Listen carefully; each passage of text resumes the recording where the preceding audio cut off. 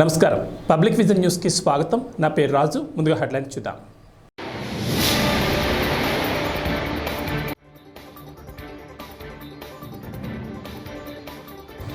కేంద్ర మంత్రి పీయూష్ గోయల్ వ్యాఖ్యలపై స్పందించిన ఏపీ విద్యాశాఖ మంత్రి బొత్స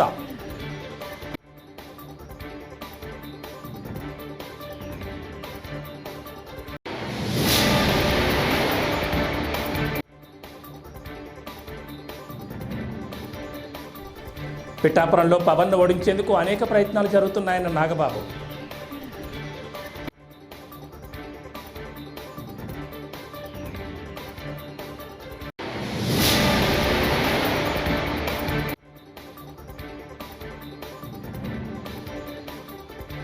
జగన్ సీఎం అయ్యాక ఏపీకి ప్రత్యేక హోదా విషయం మరిచారన్న వైఎస్ షర్మిల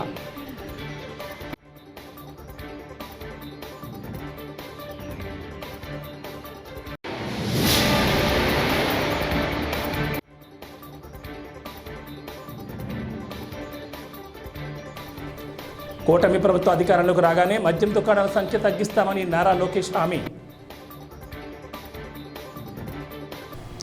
ఇక డీటెయిల్స్ చూస్తే మంత్రి పదవుల్లో ఉన్నవాడు చాలా జాగ్రత్తగా మాట్లాడాలని, మాట్లాడే ప్రతి మాటకు నిబద్ధత ఉండాలని ఏపీ విద్యాశాఖ మంత్రి బొత్స సత్యనారాయణ అన్నారు.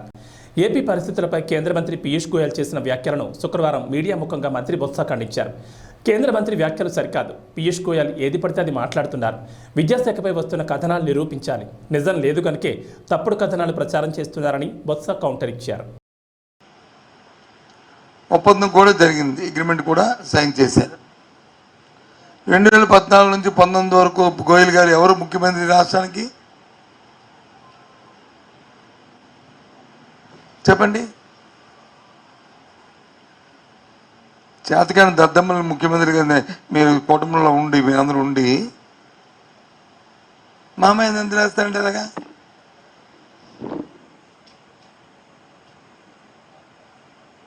నేను చెప్తున్నవన్నీ కూడా వాస్తవాలు అబద్ధాలు కాదు, డాక్యుమెంట్ ఎవిడెన్స్తో చెప్తున్నాను. 19లో మా ప్రభుత్వం వచ్చిన తర్వాత మళ్ళీ దాని మీద ఎవరైతే అక్కడ కొంతమంది హక్కుదారులు మేము హక్కు మాకుంది, మాకు ఇక్కడ డిఫామ్ పట్టాలు ఇచ్చారు లేదా ఇంకో పట్టాలు ఆక్యుపేషన్ ఉందని ఎవరైతే చెప్పుకొస్తున్నారో వాళ్ళందరినీ వికెట్ చేయించి రైల్వే వాళ్ళు జీవీఎంసీ వాళ్ళు కలిపి జాయింట్ ఇన్స్పెక్షన్ చేసి కూడా చేసి వాళ్ళకి వచ్చి ల్యాండ్ అప్ చెప్పాం ఈ సంవత్సరంలో. ఇది వాస్తవం కాదా? అధికారులు కూడా మాలో ఒక రైల్వే అధికారులు ఒక 5 అధికారులు, మా జిఎంసీ ఒక 5 అధికారులు, రైల్వే సైడ్ వచ్చి 5, జిఎంసీ 2 పేరుతో సహా.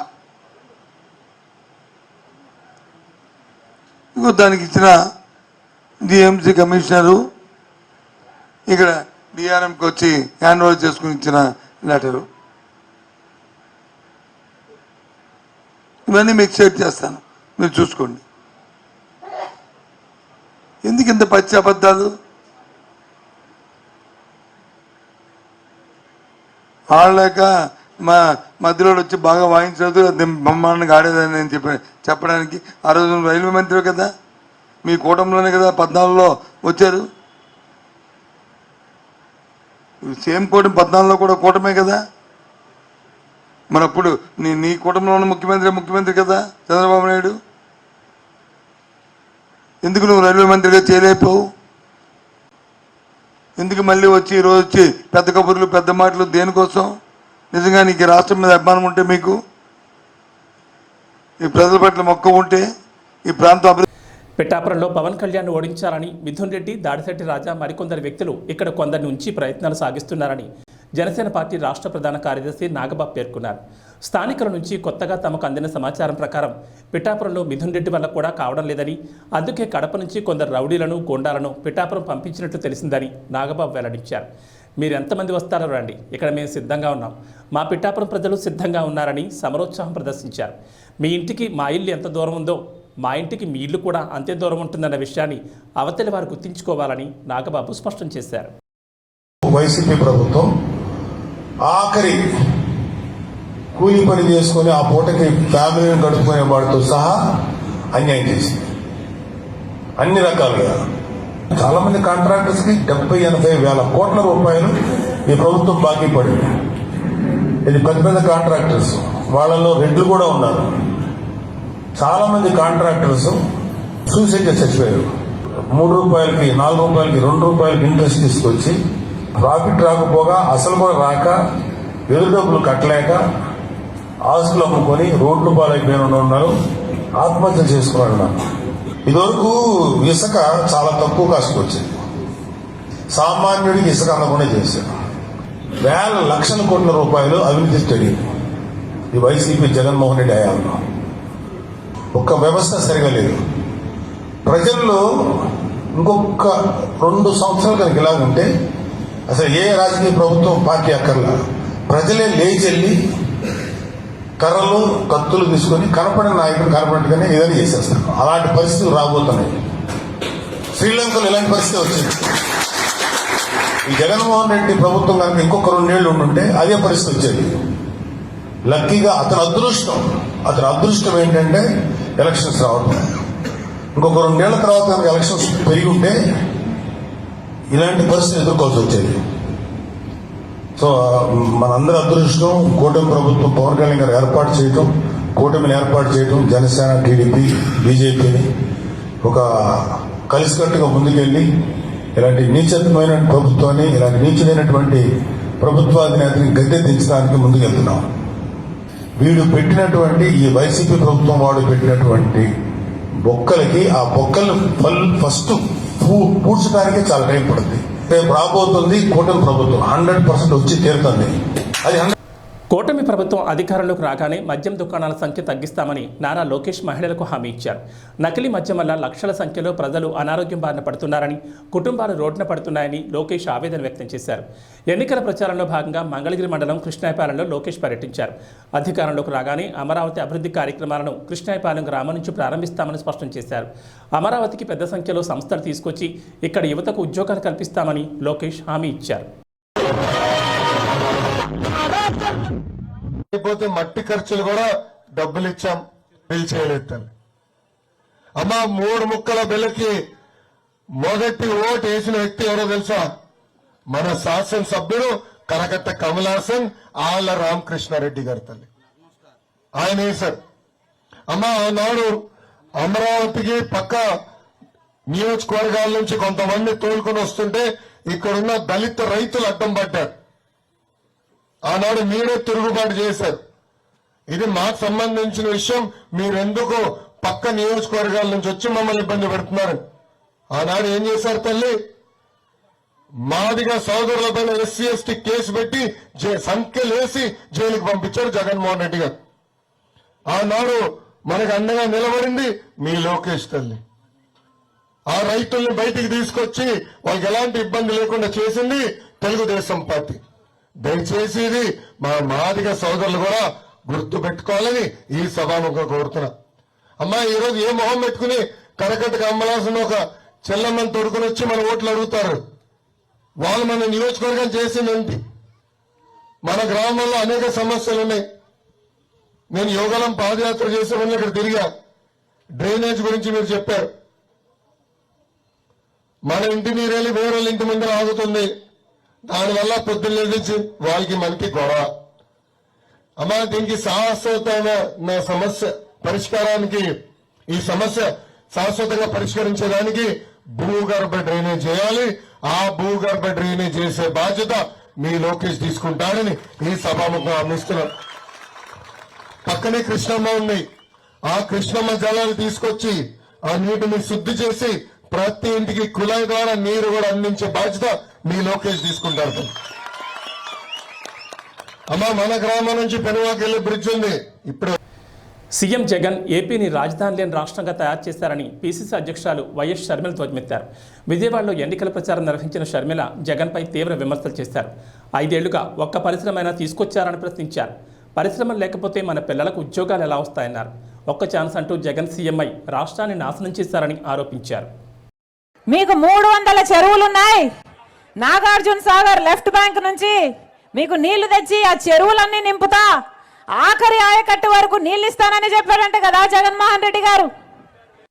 ఇచ్చారన్నా? ఇచ్చారన్నా? మీది ఫ్లోరైడ్ ప్రాంతం అట కదా, కిడ్నీలు కూడా చెడిపోతున్నాయట. డ్రింకింగ్ వాటర్ కోసం ఒక సపరేట్ డ్యామే కడతానన్నాడు అంట కదా జగన్మోహన్ రెడ్డి గారు. కట్టారన్నా? ఇక్కడ మ్యాంగో ఎక్కువ అంట కదా, మ్యాంగో ప్రాసెసింగ్ ప్లాంట్ పెడతానన్నారట కదా జగన్మోహన్ రెడ్డి గారు. పెట్టారా అన్నా?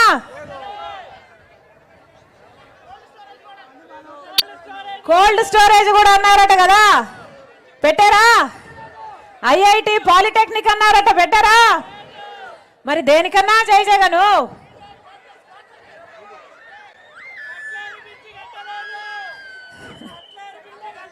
అట్టలేరు, బ్రిడ్జి కట్టలేదు. 5 సంవత్సరాలు జగన్మోహన్ రెడ్డి గారికి అధికారం ఇచ్చారు, 10 సంవత్సరాలు ఇదే ఎమ్మెల్యేకి అధికారం ఇచ్చారు. 5 సంవత్సరాలు సొంత పార్టీ అధికారంలో ఉండి మీ ఎమ్మెల్యే ఒక్కసారైనా మాకు ఇన్ని హామీలు ఇచ్చారు, ఈ హామీలు ఎందుకు నెరవేర్చలేరు అని మీ ఎమ్మెల్యే ఒక్కసారైనా మీకోసం ఉద్యమాలు చేశాడా? ఒక్కదానికోసమైనా కొట్లాడారా? ఒక్కదానికోసమైనా మీ పక్షాన మీ గొంతుగా నిలబడ్డారా? అసెంబ్లీలో మాట్లాడాడా? పోనీ ఆయన మంత్రుల దగ్గర మాట్లాడారా? లేదు ఆయన ముఖ్యమంత్రి దగ్గర మాట్లాడాడా? మరి ఎందుకు వేయాలన్నా వీళ్ళకు ఓట్లు? మీరిచ్చిన అధికారంతో ఏం చేస్తున్నారు? ఇసుక మాఫియా అట కదా, ఇసుక మాఫియా మామూలుగా కాదు. నియోజకవర్గంలో ఇసుకంతా దోచేశారట కదా మీ ఎమ్మెల్యే. మరి ఎందుకు ఇవ్వాలన్నా వీళ్ళకి అధికారము? ఆలోచన చేయండి. అందుకే చెప్తున్నాం, ఓటు అనేది మీ చేతుల్లో ఉన్న ఆయుధం. ఓటు అనేది మీ జీవితాలను మార్చే ఆయుధం, మీ బిడ్డల జీవితాలను మార్చే ఆయుధం. 5 సంవత్సరాలకు ఒక్కసారి మాత్రమే వస్తుందన్న ఈ ఆయుధం. ఆషామాషిగా ఓట్లేస్తే ఇలాంటి వాళ్ళని గెలిపించుకుంటే ఏమవుతుంది? మీ నెత్తిన టోపీ పెడతారు, అవునా? కుచ్చు టోపీ పెట్టారా? చెవులో పూలు కాదు క్యాబేజీలు పెడతారు, అవునా? పెట్టించుకున్నది చాలు. ఇప్పటికైనా ఆలోచన చేయండి. మన రాష్ట్రం ఏర్పడి 10 సంవత్సరాలు అయిందన్నా.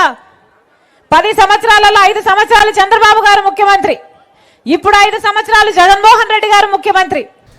ఏపీసీసీ అధ్యక్షురాలు వైఎస్ షర్మిల నిన్న ఒక రహస్యం చెప్పారని, రాజశేఖర రెడ్డి పేరును సీబీఐ ఛార్జ్షీట్లో ఇరికించింది జగన్మోహన్ రెడ్డేనని షర్మిల చెప్పారని తెలుగుదేశం సీనియర్ నేత మాజీ ఎంపీ కనకమేట్ల రవీంద్ర కుమార్ అన్నారు.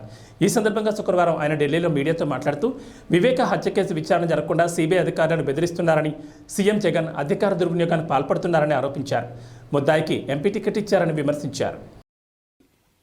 ఇంత ఇన్వెస్టిగేషన్ జరిగినటువంటి దాన్ని, కోర్టు అబ్జర్వేషన్ను ఫైండింగ్ ఇచ్చినటువంటి దాన్ని కాదని చెప్పి వీటన్నిటినీ కూడా ఆయన యొక్క ముఖ్యమంత్రి హోదాలో ఆయన్ని పక్కన పెట్టుకుని అవినాష్ రెడ్డిని ఈ కేసును సమర్థించటం, చనిపోయినటువంటి వివేకానంద రెడ్డి గారి కూతురు పైన, అలాగే ఆయన చెల్లెలైనటువంటి షర్మిల గారి పైన చాలా సభ్య సమాజము తలవంచుకునే విధంగా ఆయన కామెంట్స్ చేయటం, ఇంక్లూడింగ్ వేషధారణ గురించి కూడా, ఇవన్నీ కూడా కనుక చూసినట్లయితే ముఖ్యమంత్రి గారి పాత్ర ఏమిటా అనేటటువంటిది సస్పెక్ట్ చేయవలసి వస్తుంది. ఎందుకంటే దస్తగిరి నిన్న స్టేట్మెంట్ ఇచ్చాడు. ముఖ్యమంత్రి గారి పాత్రకు సంబంధించి, అలాగే ఈ హత్యకు సంబంధించినటువంటి కాన్స్పిరసీకి సంబంధించినటువంటి సూత్రధారులకు సంబంధించి ఇన్వెస్టిగేట్ చేయవలసి ఉందని సిబిఐ హైకోర్టులోను సుప్రీంకోర్టులోనూ కూడా అఫిడవిట్లు దాఖలు చేసింది. సిబిఐ చేసిన ఎంటైర్ ఇన్వెస్టిగేషన్ని పక్కన పెట్టేసి, కోర్టులు ఇచ్చినటువంటి అబ్జర్వేషన్ను పక్కన పెట్టేసి, ముఖ్యమంత్రి గారికి నైతిక బాధ్యత ఉందని చెప్పినటువంటి కోర్టు ఆయన నైతిక బాధ్యతను కూడా విస్మరించి, ఆయన ఉన్నప్పుడు సిట్ స్పెషల్ ఇన్వెస్టిగేషన్ టీమ్స్ 2 సార్లు మార్చి ఇన్వెస్టిగేషన్ నిర్వీర్యం చేసి ఎటువంటి ప్రోగ్రెస్ లేకుండా చేశారని చెప్పి కోర్టు అబ్జర్వ్ చేసిన తర్వాత, సాక్షుల్ని బెదిరిస్తారని చెప్పి నిర్ధారించిన తర్వాత, ఆంధ్రప్రదేశ్లో నిష్పక్షపాతమైనటువంటి విచారణ అవకాశం లేకుండా ప్రభుత్వం వ్యవహరిస్తుందని నిర్ధారణకు వచ్చి కేసుని ఆంధ్రప్రదేశ్ నుంచి తెలంగాణకు మార్చిన తరువాత కూడా ఇన్ని సాక్ష్యాలు కొట్టొచ్చినట్టు కనపడుతుంటే ముఖ్యమంత్రి గారు బుకాయించటం, అబద్ధాలు చెప్పటం, అదే విషయాన్ని సాక్షిలో వాళ్ళ యొక్క హత్యా రాజకీయాల కల్చర్ని, మన కల్చరు ఇది మనం మంచి చేశాం అని చెప్పేసి మాట తప్పం అని చెప్పేసి అబద్ధాలతో సాక్షి పేపర్లో రాయటం అనేటటువంటిది వాళ్ళ యొక్క పైశాచిక ఆనందానికి నిదర్శనం. సీఎం జగన్ అబద్ధపు మాటలతో ప్రజలను మభ్యపెడుతున్నారని తెలుగుదేశం పొలిట్ బ్యూరో సభ్యుడు వర్ల రామయ్య అన్నారు. పులివెందుల మేమంతా సిద్ధం సభలో జగన్ మాట్లాడిన మాటలు హాస్యాస్పదంగా ఉన్నాయన్నారు. వివేక హత్య కేసులో నిందితుడిగా ఉన్న ఎంపీ అవినాష్ రెడ్డి అమాయకుడని జగన్ చెప్తున్న మాటలు విడ్డూరంగా ఉన్నాయన్నారు. ఏదో రకంగా ప్రజలను మభ్యపెట్టి మాయ చేసి భ్రమలో పెట్టి ఓట్లు దండుకొని తన అధికారాన్ని నిలబెట్టుకోవటానికి అతను పడని తాపత్రయం లేదు అని చెప్పాలనేది నా ఉద్దేశం.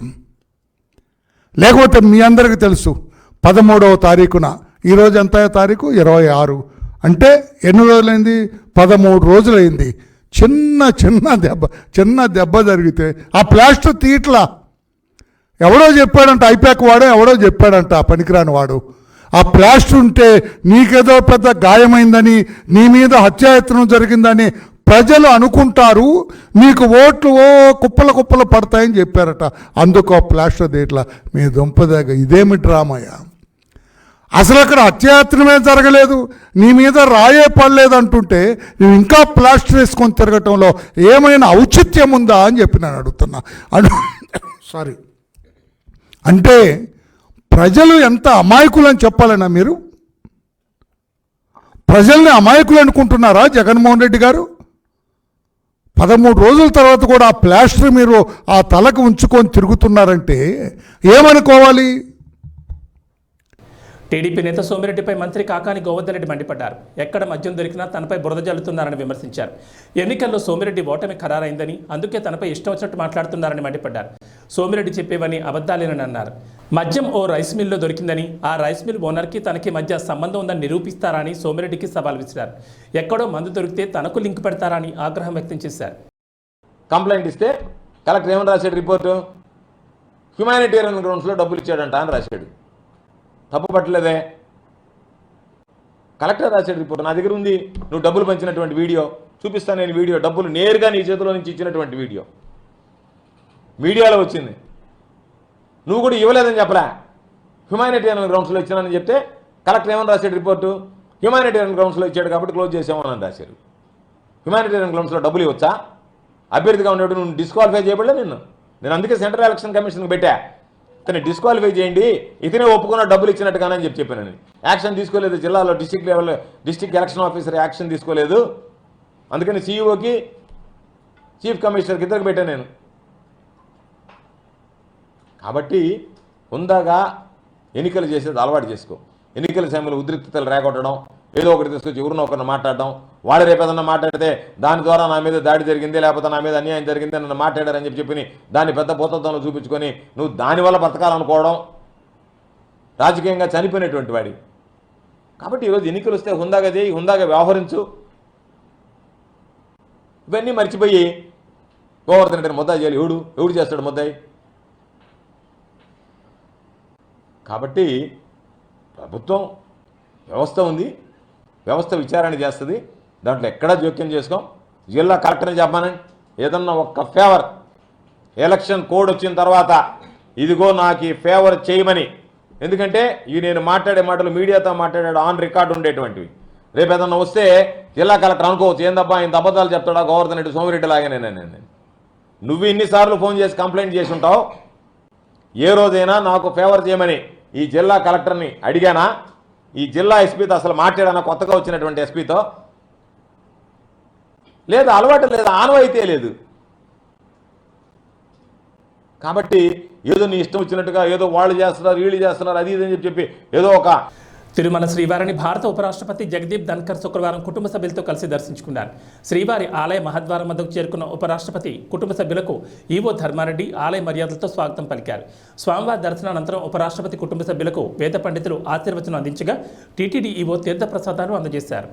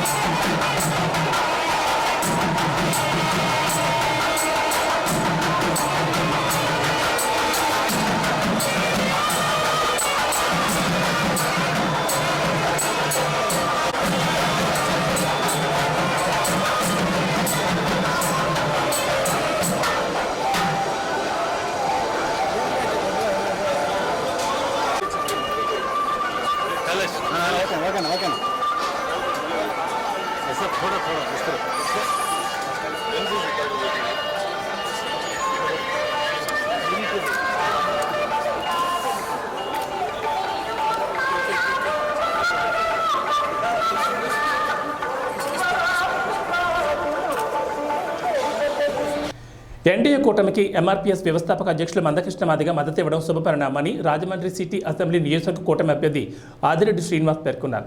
శుక్రవారం రాజమండ్రిలో నిర్వహించిన విలేకరుల సమావేశంలో ఆయన మాట్లాడారు. వైసీపీ ప్రభుత్వం బలహీన వర్గాల సంక్షేమ పథకాల నిధులను దారి మళ్లించిందని ఆరోపించారు. బహుజనుల సమస్యల పరిష్కారానికి ఎన్డీఏ కూటమి కృషి చేస్తుందని అన్నారు. శుభపరిణామం.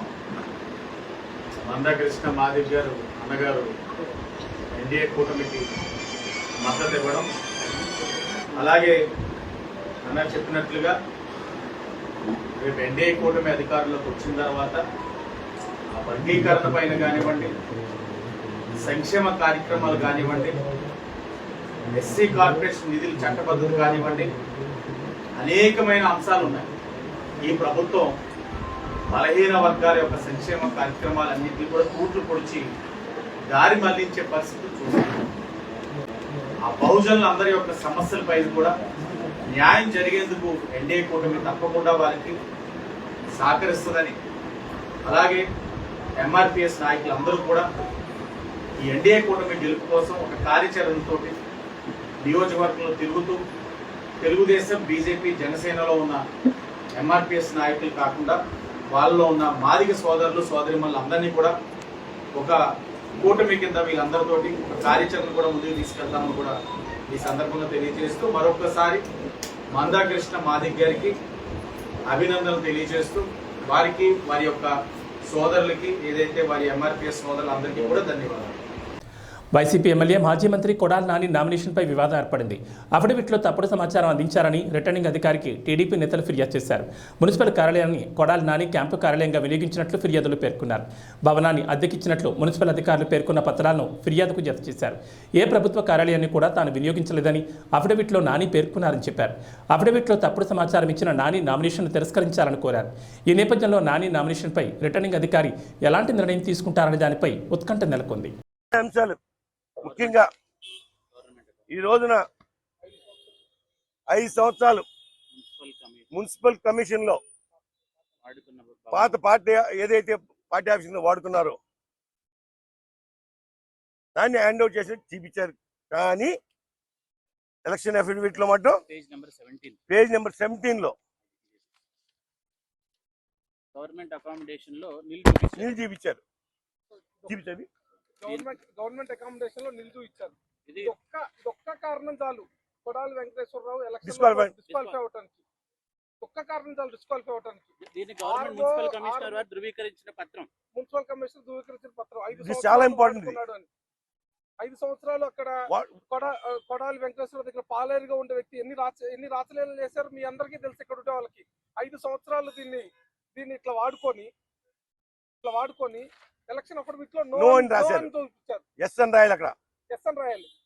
ఎన్నికల ప్రవర్తన నియమావళి అమల్లోకి వచ్చిన దగ్గర నుంచి ఇప్పటి వరకు విజయనగరం జిల్లాలో సుమారు 4.43 కోట్ల విలువైన నగదు, మద్యం, డ్రగ్స్, ఇతర వస్తువులను స్వాధీనం చేసుకున్నామని కలెక్టర్ నాగలక్ష్మి తెలిపారు. దీనిలో నగదు 1.04 కోట్లు, 14,372 లీటర్ల మద్యం, 29.75 లక్షల డ్రగ్స్, 1.85 కోట్ల లోహ ఆభరణాలు, 75.13 లక్షల వస్తువులను స్వాధీనం చేసుకున్నట్లు తెలిపారు. ఎలక్షన్స్ అనౌన్స్మెంట్ అయ్యిందో అప్పటి నుంచి జిల్లాలో మనకి ఎన్ఫోర్స్మెంట్ మీద ఫ్లయింగ్ స్క్వాడ్స్, చెక్ పోస్టులు ఇవన్నీ కూడా ఎంసీసీ టీమ్స్ ఇవన్నీ కూడా డిప్లాయ్ చేయడం జరిగింది. మొన్న 18వ తారీఖు ఏప్రిల్ నుంచి స్టాటిక్ సర్వేలెన్స్ టీమ్స్ అన్ని కాన్స్టిట్యుయెన్సీకి 3 చెక్ పోస్టులు 3 షిఫ్ట్ లో కూడా అడిషనల్ గా యాడ్ చేయడం జరిగింది. సో ఈ అన్ని ప్లేసెస్ లో కూడా కలిపి ఇప్పటి వరకు మనకి క్యాష్ 1.04 crores మనము సీజ్ చేయడం జరిగింది. Liquor 49 lakhs worth liquor seize చేయడం జరిగింది. డ్రగ్స్ 29 lakhs వర్త్ డ్రగ్స్ కూడా సీజ్ చేయడం జరిగింది. ప్రెషియస్ మెటల్స్ లో 1.85 crores worth precious metals seize చేయడం జరిగింది. అదర్ ఐటమ్స్ 75 lakhs సీజ్ చేయడం జరిగింది. మొత్తం 4.43 crores worth election related seizures అనేది ఇప్పటి వరకు చేయడం జరిగింది. దీనికి సంబంధించి ప్రజలకి కూడా అందరికి సిటిజన్స్ కి కూడా మనకి జిల్లా గ్రీవెన్స్ కమిటీ అనేది కాన్స్టిట్యూట్ చేస్తున్నాము 3 ఆఫీసర్స్ తో. ఈ ఆఫీసర్స్ అందరూ కూడా డైలీ 11 o'clock 6 o'clock ఈ కమిటీ మీటింగ్ అనేది జరుగుతూ ఉంటుంది. ముందు రోజు చేసిన సీజర్స్ అన్ని కూడా వాళ్ళు రివ్యూ చేసి అది జెన్యున్ గా సీజ్ చేసినట్లయితే FIR రిజిస్టర్ చేయమని ఆర్డర్స్ ఇస్తారు. లేదు సిటిజన్స్ ఎవరన్నా ఏమన్నా ప్రూఫ్ కల్పించినట్లయితే అది వాళ్ళ జెన్యున్ మనీ అని ప్రూవ్ చేయగలిగితే వెంటనే రిలీజ్ ఆర్డర్స్ కూడా ఇవ్వడం జరుగుతుంది. సో ఈ ప్రక్రియ కూడా అందరూ కూడా నోట్ చేసుకోవాలని కోరుకుంటున్నాను. అండ్ ఈ వార్తలు ఇంతటితో సమాప్తం. నమస్కారం.